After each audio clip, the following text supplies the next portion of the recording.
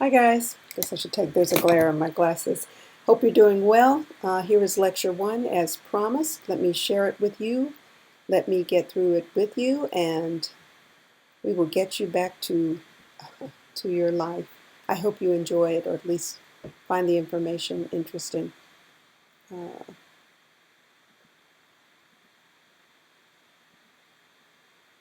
okay. This is about African American rhetoric, of course, this women's rhetoric, and this is the second one. We started, I believe, the first one before the break. Here are the readings for this lecture, and these readings are listed on your syllabus. We're going to go roughly in the order um, of the topics of the syllabus, so there are no major changes. There are no major changes there. The main topics for this lecture are intersectionality, respectability politics, womanism and black feminism, rhetorical strategies. I want to at least look at one text and delineate some of the strategies that maybe you will be able to use in your paper, and then intra-racial, intragender conflict, and then, so that's conflict between the genders within the race. The backdrop or the context for the rhetoric of African American women in the senses we're talking about is a patriarchal society. And the patriarchal society, as it says here, sets up the double discrimination that African American women face, right? Being discriminated against or not having as many opportunities on account of their race and also on account of their gender. Intersectionality, I showed you a clip of Kimberly Crenshaw, who coined the term, who used it to talk about the ways in which different social identities will kind of coalesce within individuals or within groups to create particular barriers. So all of these women, for example, all of these women are African American, and so they're discriminated against on account of race. But Sojourner Truth, whom we've spoken about, who was a slave, she was freed, but she was a slave at one point. So it wasn't just race, it was not just gender, but it was also her status in society, her status as a slave that created oppression, more oppression and barriers for her.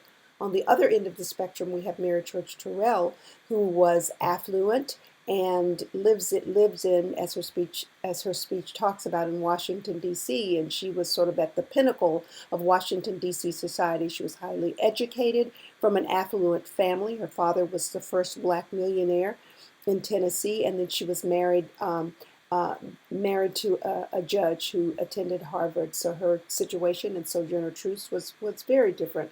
They're also different in terms of their appearance and what that might mean, and the opportunities that might either close or open for, especially women in society who are judged on their looks. I want us to look at Mary Church Terrell's speech, what it means to be colored. It was she delivered it. It was actually a speech and also an article in 1906. And I want us to look at it through the lens of race and rhetoric and ideology first. Of course, it's about race, or more particularly about racism. We're looking at her rhetoric of race, talking about and indicting the racist actions and a racist system in Washington, D.C. And there are also ideology. I also want us to look at the ideology of class that we see in her speech. Some of the rhetorical features that I will point to, and you can read for yourself, would be firsthand testimony, meaning she's talking about her own experiences. Some of that appears in the speech. The second is anecdotes, lots of anecdotes and experiences, or secondhand experiences for her, of her friends or people that she is acquainted with. And then, of course, some of the themes in it are the lack of opportunities for even the most talented blacks, and actually it's black women, so most of the examples of women. Intersectionality is also kind of a lens through which we might look at it, because she's talking about race, she's talking about gender, but again, the frames that she uses and the ways in which she talks about it clearly reflects an ideology of class. And then there's also the idea of respectability politics. You see a sense of, if there's an undertone of respectability politics, and that's, as it says here, just women, people, mainly women within the race, sort of policing the actions of the black masses so that they'll make themselves more palatable or appeal to whites, and it was controversial then, and it still continues to be controversial. And in fact, some would say we are at the end of the post um, politics, respectability politics era.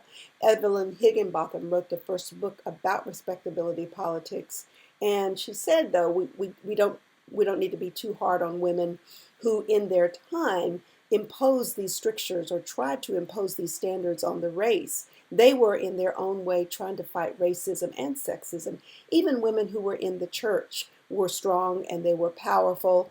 And while, yes, they abided by a hierarchy and perhaps even embraced a traditional gender hierarchy, they were no less advancing women's causes, and also the causes of the race with all of their work and their activities, especially those within the community. And this is just the politics of respectability. This is a clip that an excerpt, sorry, that I lifted from an article that I read by Tanisha Ford, who actually does this incredible story about the women of the civil rights movement and how you can look at the shift in clothing as a reflection of a shift in consciousness about the movement. She said that she argues here that the clothing and the hairstyles that they would shift to were first a product of just kind of it was just more practical with their activism to not have to dress up. But then the other part of that had to do with the work that they were doing with rural Southerners, and these were sharecroppers, and the sharecroppers would dress in overalls made of denim, and so to show sort of camaraderie with or solidarity, I should say, solidarity with these with the people that they were trying to help support to get to vote. They started to dress in denim, and so they also it ultimately though became a kind of a statement, a way to, as she says here, to transgress the black middle class worldview that marginalized certain types of women and marginalized particular displays of blackness and black culture. So there was a rejection of this way of thinking. And this is just an image of that. On the one hand, you see there's a change. The change is starting to take place. You see the women who are dressed in dresses. Men had started to wear overalls, and then over here you see the women who would later start to wear overalls. This is a clip that I would hope that you would watch, but I'm going to get through this lecture because I promised you only 15 minutes. But this is the Black Panthers and their dress and what their dress signified for them and how their dress was important in what in the statement that they were making, but also in the reactions that it got from people outside of the organization, especially others in the African American community. Another thing I want to talk about regarding African American women is the intra-racial strife between black men and black women. African American women resisted some of the patriarchy within their own community, especially women who were active in the civil rights movement. They were, of course, privy to and perhaps even participated in the very robust women's rights movement that, of course, was aflame during the 1960s. There were several liberatory movements that were percolating, were part of the turmoil of the 1960s. And so these women in these organizations realized, like women did, I guess in the 19th century, that wait a minute, we're still being discriminated against within our own organizations. And this organization, which we'll talk about when we talk about the civil rights movement, is the Student Nonviolent Coordinating Committee, or SNCC. And the women in SNCC created a position paper, and it was complaining the complaints that they had against the way the males of their organization treated them. So, for example, number 8, any woman in SNCC, no matter what her position or experience, has been asked to take minutes in a meeting when she and other women are outnumbered by men. So it was assumed that they would take minutes. They never had any real power in the organization. One of SNCC's main administrative officers apologizes for the appointment of women as the interim project director in the Mississippi area. So it's just like it was just um, taken for granted that women would not hold leadership positions, that it would be black men. But these women rebelled against that and wrote this position. It's a powerful piece of rhetoric. This would also make a very interesting paper topic. And then this culminates in, I guess it was last year, or was it, yes, 2018, when Beyonce performed at Coachella, the end of respectability politics. And it's just where, she's at the pinnacle of her career, and she makes this statement about blackness. And this is a predominantly white audience, but she embraces, as she did in the video formation, she embraces black culture. And so black culture and all of and the forms of blackness that used to not be perceived as respectable, and that's been part of that, her sexuality and the sexuality that's sort of the contours of her brand certainly was a rejection of that respectability politics. But when you add the sexuality plus the political overtones, then you get kind of this statement um, about who she's talking to, who she's speaking to, and her stance, and perhaps even the transformation of her brand. Womanism and black feminism. Um, I alluded just a moment ago to the SNCC women and how many of them were probably privy to and members of the women's rights movement, and just the strife, the rights, the struggle, the assertion that women had rights and that they wanted to level out the gender hierarchy. Well, the conversation among black women is, what does that mean for black women, given the racial, the racism that black men face too, and how much do they align themselves with this feminist movement, this white feminist movement that may in some way inhibit or undermine African American men. And so Alice Walker wants to distinguish black feminism, or women's strength and women's independence, from white feminism, and she calls it womanism, right? And she embraces this nationalistic philosophy, and we will talk about nationalism, black nationalism, when we talk about Malcolm X. But she embraces this nationalist philosophy where it's almost like a separate. We're separate. We're different. Patricia Hill Collins, though, who elaborates more on black feminism, wants to align black women's efforts, even as they critique the movement, with the global movement, with women, and be in solidarity with women around the well, actually around the globe, because these I guess issues, she said, are important to African American women as well. And so, her concern is, how do these issues in particular affect black women? We have during this time, a woman who sits at kind of the intersection of kind of the women's rights movement and also the civil rights movement, or the movement for racial equality, is Shirley Chisholm. And Shirley Chisholm, was the first African American um, um, member, black, was it first black female member of Congress. I have a video here of her. I'm not going to show it, but I am encouraging you to watch the video of Shirley Chisholm. I do want to take a moment to look at, look at her speech. And the speech itself is a feminist speech. It is promoting the equal rights. It's promoting the Equal Rights Amendment. There was a pretty successful move. It was what we were well on our way to passing, amending the Constitution with this Equal Rights Amendment clause, and it was designed to protect women. I think the language was fairly neutral. But it was specifically a stricter. It was greater strictures against discrimination, and women were going to be the main benefactors of that. And Shirley Chisholm didn't seem to have a problem with working with feminists, even as she worked stridently and forcefully for her impoverished um, New York district. But if we take a look at this speech, this is just how she articulated her views about how she combines feminism and also the rights for racial equality.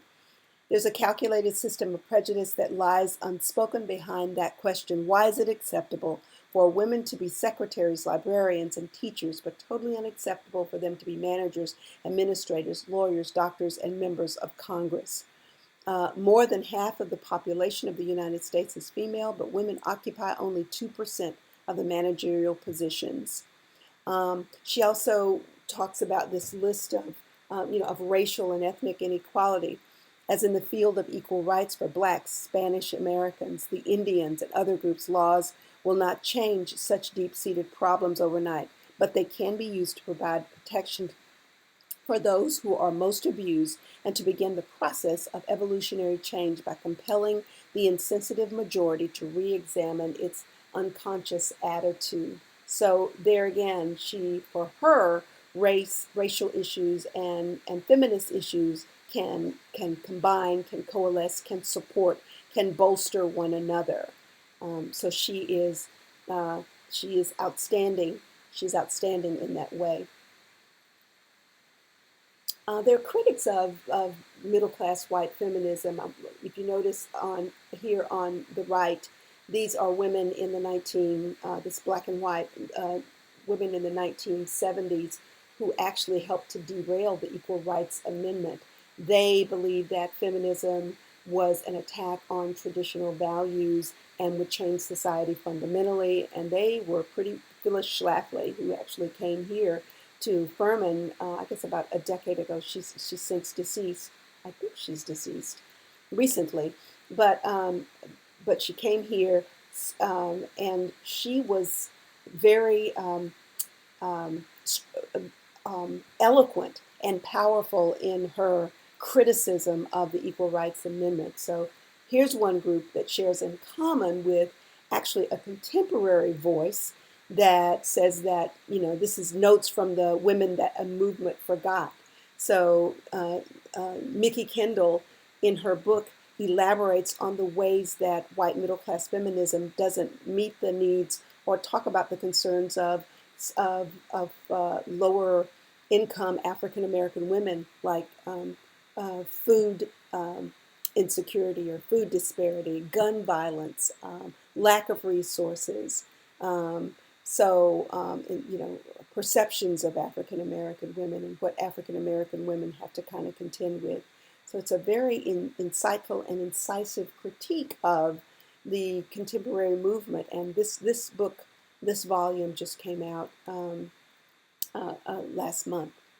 Telling stories of black men and women. Black women are documentarians. I wanted to feature them, wanted to at least have a slide that talks a little bit about projects that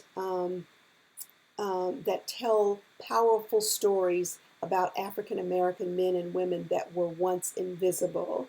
You have on the right side, you have Shola Lynch. Shola Lynch directed the documentary on Shirley Chisholm, Unbossed and Unbought. And it actually won a Peabody Award. And this is an interview that I hope that you will watch her talk about her documentary on Shirley Chisholm, and she's also done a documentary on Angela Davis, and I'll mention Angela Davis when we get to the Black Panther movement.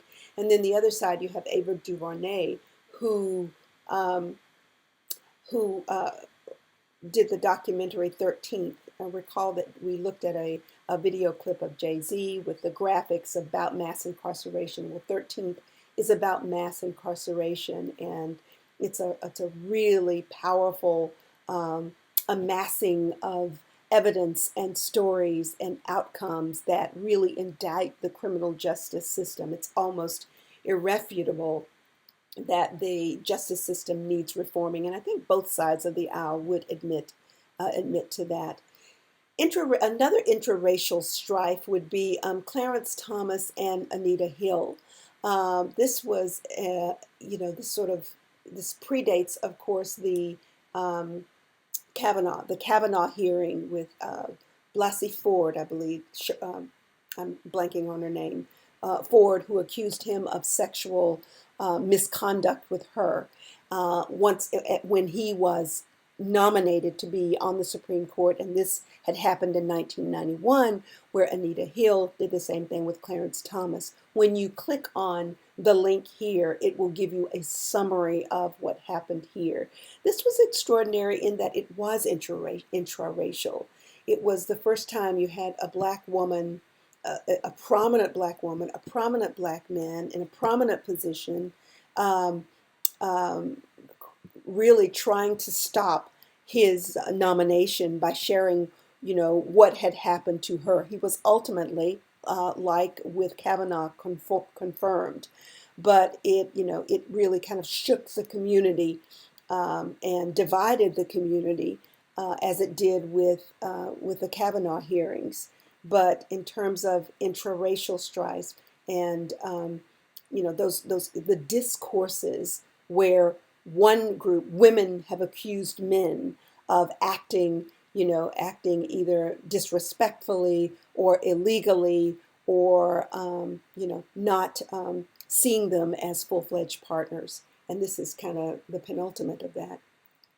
Before I close, I wanted to talk about, though, to present a slide that at least pays homage to advancements, because there have been several advancements for racial advancements in general, and for African American women in African American women in particular. You have, women who serve in the military, everyday women who serve in the military, raising great kids. You have people who are at the top of their careers and in their fields, in their profession, like Shonda Rhimes and Mae Jemison, who was an astronaut. And then you have Ursula Burns, who was the CEO of the first black woman to head Bed Bath and Beyond. And so you've got a number of these advancements.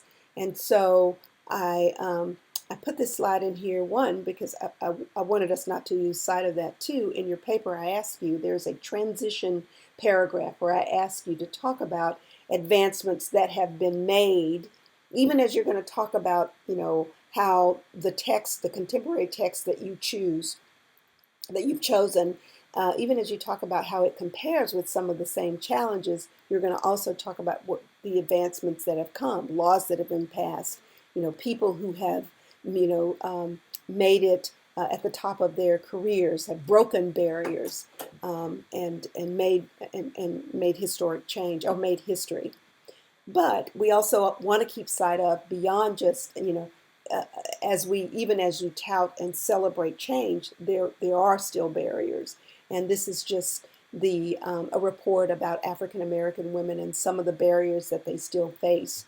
And this is just, these kinds of reports that look at statistics and look at trends are important to providing a baseline, to providing a baseline for where the opportunities are, but also where there are barriers and where there are challenges. And sometimes these statistics and sometimes this research will also reveal, or point to ways that this can be addressed in a way that doesn't just help, but in a way that